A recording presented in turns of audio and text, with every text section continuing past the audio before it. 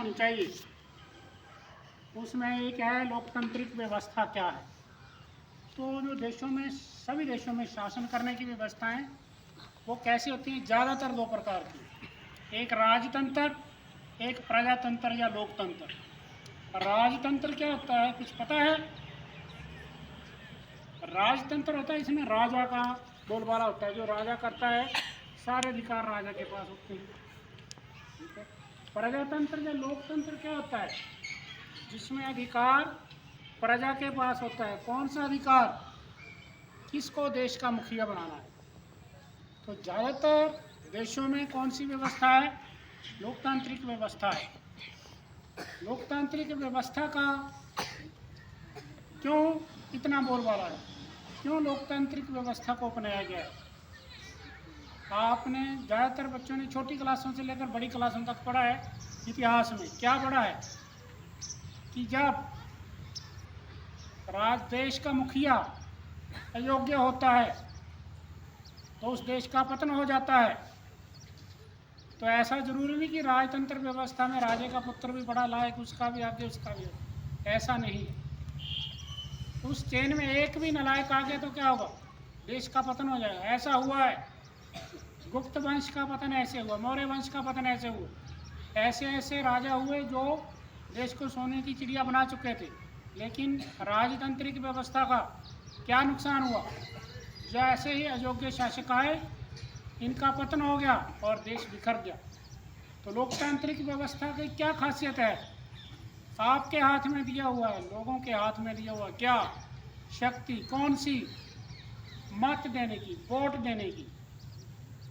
किसको वोट दीजिए? जो सबसे योग्य है, ताकि ऐसा ना हो कि शासकों की चेन में अयोग्य शासक आ जाएगा तो देश का पतन हो जाएगा।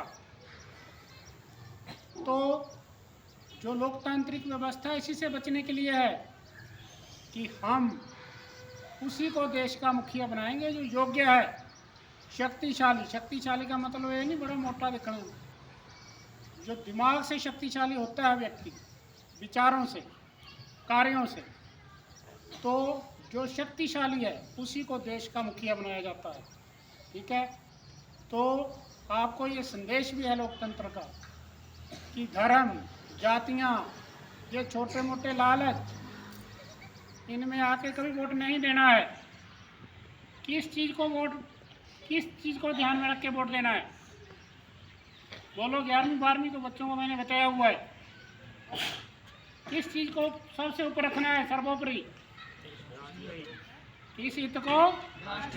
राष्ट्र हित को सर्वोपरि रखना है।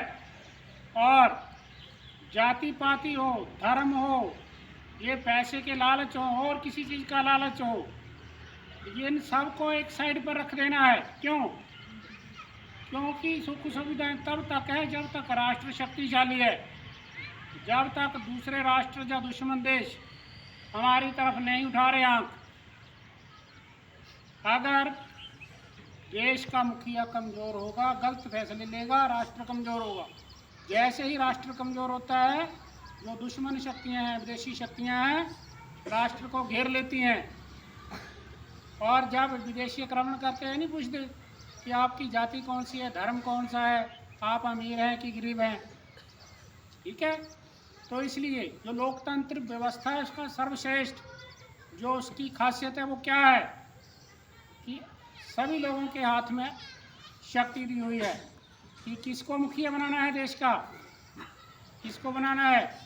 जो राष्ट्र हित को सर्वोपरि रखता हो, योग्य हो, शक्तिशाली हो, उसी को देश का मुखिया बनाएंगे तो राष्ट्र शक्तिशाली बनेगा।